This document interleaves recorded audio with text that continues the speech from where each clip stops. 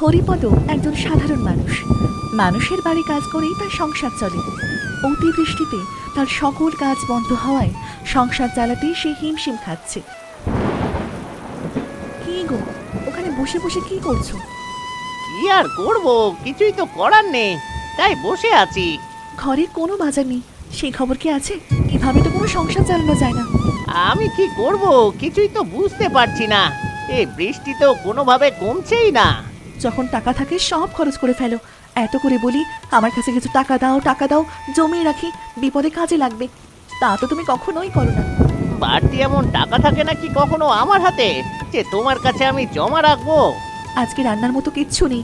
যদি ব্যবস্থা করতে পারো তাহলেই রান্না হবে, না হলে আজকে না খেয়ে থাকবে, বলে দিলাম। রতন সম্পর্কে হরিপদের বড় ভাই।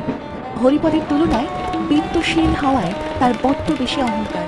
কিরে হরিপদ, এই বৃষ্টির মধ্যে ভিজে আমার ঘরে হঠাৎ করে কি মনে করে? কাকা তো কোনো কারণ ছাড়া আমাদের ঘরে আসেন না। নিশ্চয়ই কোনো বিপদে পড়েছে, টাকার দরকার সেই জন্য এসেছে। দেখে বুঝতে পারছো না বাবা? আগে বলে দিচ্ছি হরিপদ, যদি টাকার জন্য আসিস তাহলে আমি কিন্তু কোনো টাকা দিতে পারবো না। তাহলে আর কি করার, চলে যায়। আসলে বড় আশা নিয়ে এসেছিলাম। তার মানে সত্যি তুই টাকার জন্য এসেছিলি? বাবা, আমি তোমাকে এত করে বলছি, তুমি বুঝতে পারছো না আমার কথা? টাকার দরকার ছাড়া তিনি তো আর আসেন না।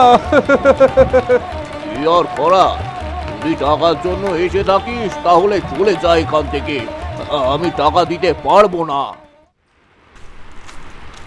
কি রে রোহিত, এত রাত অবধি তুই কোথায় ছিলি? তুই তো কখনো এত রাত করে বাড়ি ফিরিস না। বাড়িতে ফিরবো তখনই যখন মানুষের চেঁচামেচি মেচামেচি শুনে সেদিকটা একটু গিয়েছিলাম আর কি। আসলে সেই জন্য একটু দেরি হলো। কোথায় আবার চেঁচামেচি? কিসের চেঁচামেচি? বাবা, নদীতে নাকি অনেক ইলিশ মাছ ধরা পড়ছে। মানুষের মুখে প্রথমে শুনলাম, পরবর্তীতে নিজের চোখে দেখে আসলাম। তাতে আমার লাভ কি? আমরা ভাত খেতে পারছি না, ইলিশ মাছ থেকে করে। আমার কাছে একটা ভালো বুদ্ধি আছে, কাজে লাগাতে পারলে ভাতও খেতে পারবো আর ব্যবসাও হবে। কি বুদ্ধি বলতো? ইলিশ মাছ এখন সস্তা হয়ে গেছে। আমরা যদি মাছ জেলেদের থেকে কিনে গ্রামের হাটে বিক্রি করি তাহলে কিছু পয়সা আসবে। বুদ্ধিটা খারাপ নয়, কিন্তু টাকা কোথায় পাবো? কেন, মা দেবে। মায়ের যে গয়নাটা আছে সেটা বন্ধক রেখে টাকা আনবো।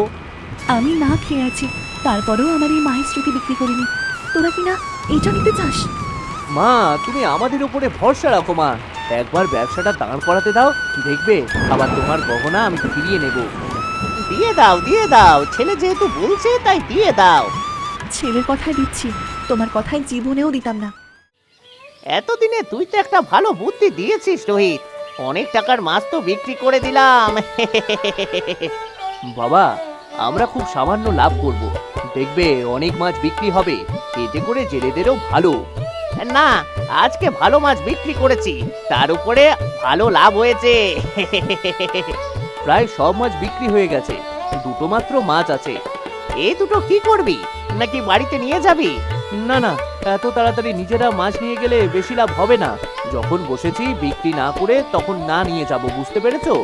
আচ্ছা ঠিক আছে, ঠিক আছে, এখন বেশি লাভ করে তোর মায়ের গয়নাটা ছাড়াতে হবে।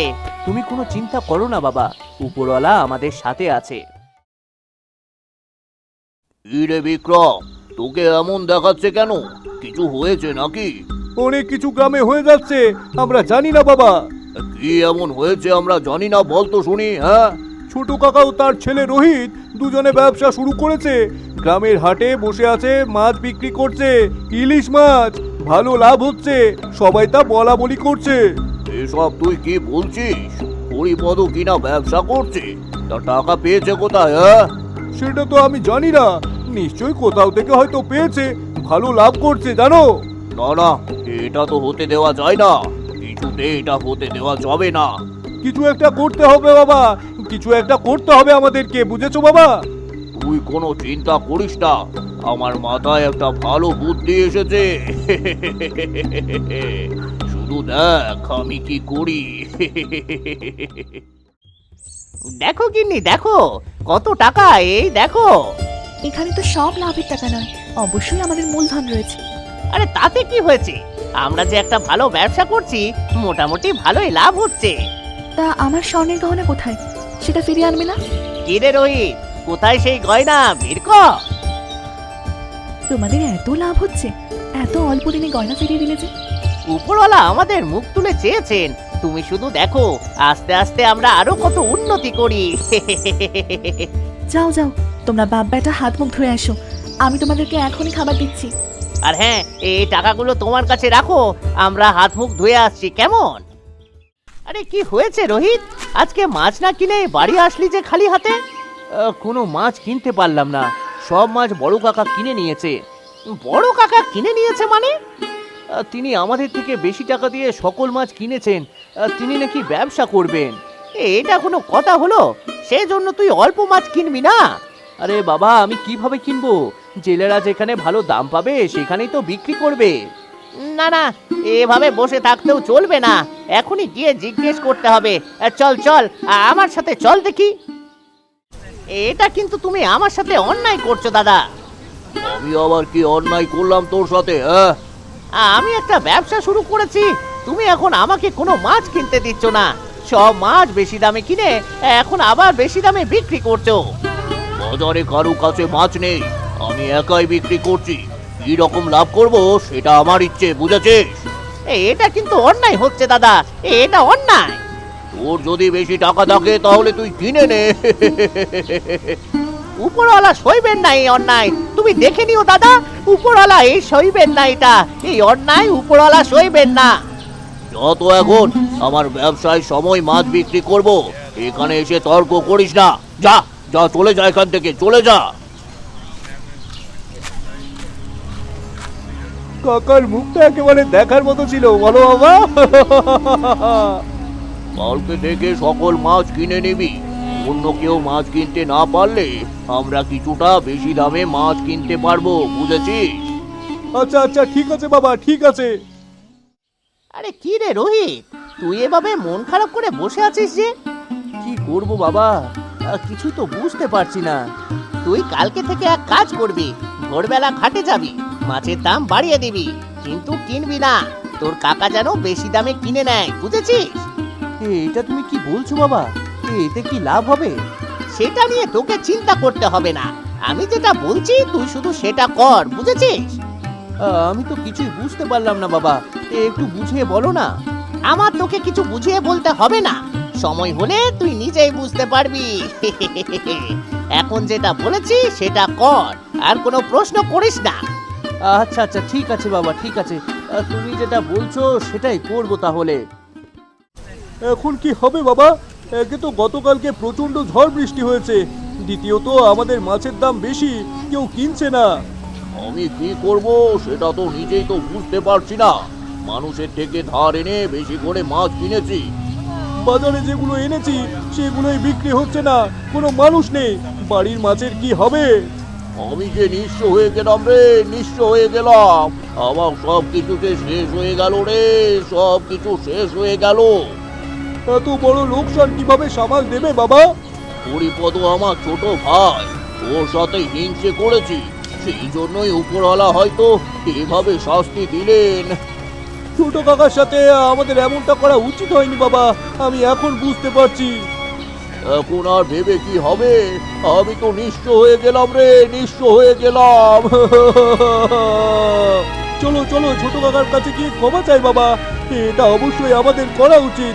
চলো আমরা ছোট কাকার কাছে গিয়ে ক্ষমা চেয়ে নিই।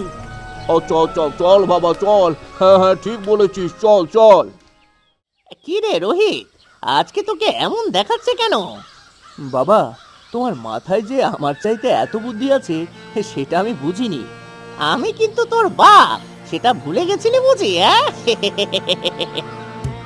সেটা ভুলিনি, আমি ভেবেছি আমার মাথায় ভালো বুদ্ধি, এখন দেখছি তুমি সেরা বাবা, সেরা।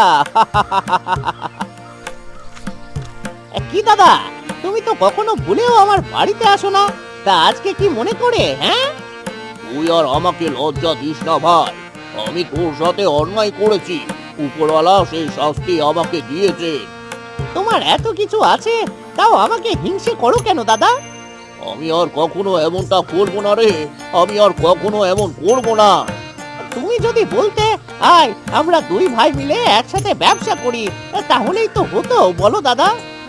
আমি বললাম তো আমার ভুল হয়ে গেছে রে ভাই, আমাকে তুই ক্ষমা করে দে, আমাকে ভাই তুই ক্ষমা করে দে। আচ্ছা আচ্ছা, ঠিক আছে ঠিক আছে, এখন থেকে আমরা দুই ভাইয়ে একসাথে মিলে ব্যবসা করব, কেমন? আমার কাছে তো টাকা নেই, সব লোকসান হয়ে গেছে, সব মাছ পচে গেছে রে। আরে তাতে কি হয়েছে, আমি তোমার ভাই তাই না, আমার কাছে টাকা আছে, আর তুমি চিন্তা করো না, একদম চিন্তা করো না, কেমন? আমরা সবাই মিলে একসাথে ব্যবসা করে আনন্দ থাকবো। হ্যাঁ বাবা, একদম ঠিক বলেছো, আমরা সকলে একসাথে আনন্দে আর ভালো করে ব্যবসা করব। এরপর রতন ও হরিপদ ও তাদের দুই পরিবার মিলে একসঙ্গে ব্যবসা করতে থাকে এবং সুখে শান্তিতে তারা দিন কাটাতে থাকে।